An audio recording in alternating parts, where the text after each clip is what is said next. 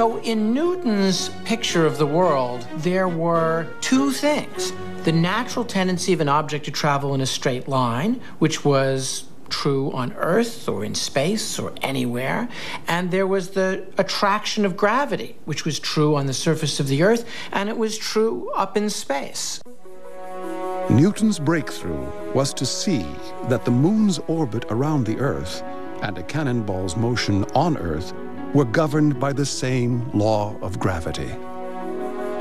That is a beautiful way of persuading you, me, and probably his colleagues that cannonballs falling to the Earth and the moon falling to the Earth is one and the same law of physics, gravity. The moment that he realized that, almost everything else follows from that. Newton reasoned that if gravity governed motion on the Earth and the moon, why not on Jupiter and its moons, which he had seen with his reflecting telescope? Why not the entire solar system? In a bold leap, Newton proclaimed that this invisible force operates everywhere in the universe. It's an incredible leap. It's beyond anything anybody had imagined at the time. Newton called it the universal law of gravitation, and he wrote it in one simple mathematical equation. It's so important because it really tells us how nature operates in a fundamentally new way. Newton is saying the same thing that is going on in the heavens is going on Earth, and vice versa. It gives us a guidebook to answering the age-old question of what causes the rise and fall of the tides. It gives us answers to the orbits of the planets and their positions.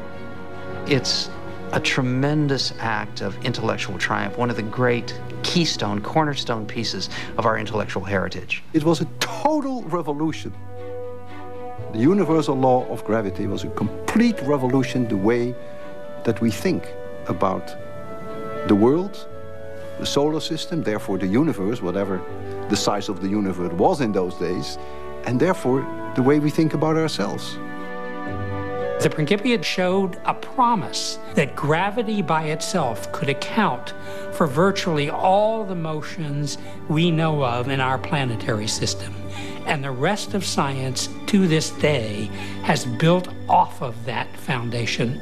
Newton turned out to be more correct about that than he could possibly have been confident of. But Newton was not able to enjoy his success for long. As soon as the Principia was published, Newton's old rival, Robert Hooke, claimed he had come up with some of the key ideas first. And later, others attacked it because Newton did not explain what gravity is, just how to calculate its strength. And Newton himself didn't understand it. How can this object attract this object? There's nothing in between them.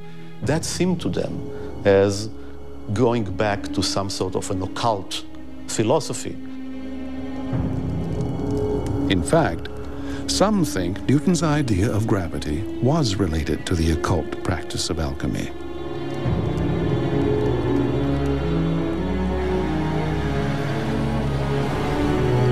Newton was fascinated by an alchemical process called the vegetation of metals, in which inert metals seem to come to life and grow like plants.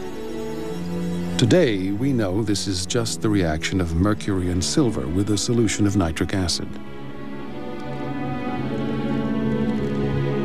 But Newton thought these kinds of reactions showed that mysterious, invisible forces he called active principles were at work everywhere in nature. Perhaps he thought of the invisible force of gravity in the same way. Newton pursued alchemy because it gave insight into the active principles of nature. Gravity was an occult force. It didn't have an explanation, and Newton believed that it was possible that gravity was one of those forces, one of those active principles. And so, in that sense, Newton's alchemy could give insight into gravity. Yet by the early 1690s, after more than 20 years of research, Newton's alchemical experiments had yielded no scientific breakthroughs like those he'd made in math and physics. We're not quite sure exactly what he was trying to do. He certainly was looking for something. And, it's obviously something quite big, and he obviously did not find it because he opted not to publish anything about it. I think there's no question that he was disappointed because he was looking for ultimate answers to questions. And he had failed in alchemy as he had not failed in any other pursuit. Finally, Newton had what many think was a nervous breakdown.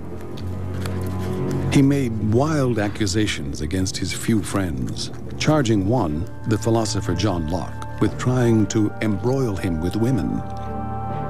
Locke is puzzled by the whole thing. You know, what's up with Isaac there? He wasn't running a brothel on the side and bringing Sir Isaac to it. When Newton explained that he was sick and had gone without sleep for 5 nights, his friends forgave him. He was knackered. If he had a breakdown, I think it was probably because of exhaustion. Whatever the cause, Newton's illness was brief. Within a few months, he seemed to have regained his composure. And soon, a strikingly different Isaac Newton began to take shape. Newton moved to London and was appointed Master of the Mint, a well-paid job that put him in charge of issuing new currency and cracking down on counterfeiters. About 24 counterfeiters were executed while Newton was in charge. Newton became a member of Parliament, President of the Royal Society, and was knighted. He commissioned at least 14 portraits of himself. It is an extraordinary change. He's very much this icon, and he settles into that role, I think, in London, and likes the role of the great man.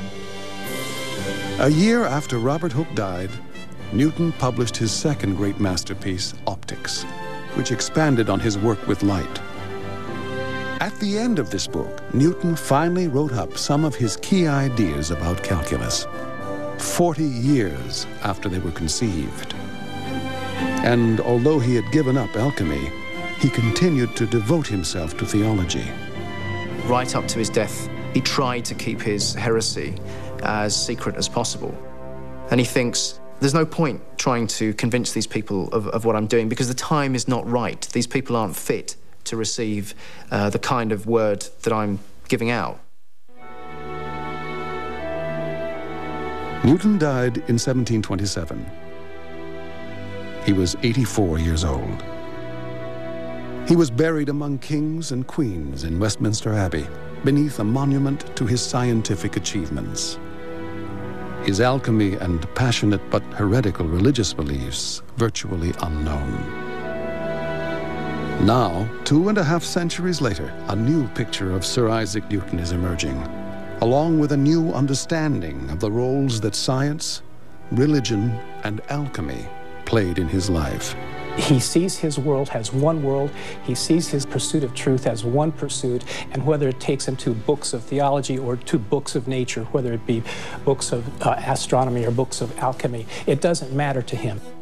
What Newton does is brilliantly to use the tools appropriate to every field in which he worked. He's an ingenious and energetic builder who's astonishingly brilliant at composing gorgeous monuments of the most intensely clever design. Sometimes these appear as great books, like the Principia itself. Sometimes they appear in experiments, but we would be wrong to look for a single key which unlocks the whole mystery of Isaac Newton. Man was a complete genius. I mean, people like Newton, if I shoot off the hip, maybe once in 500 years, at best.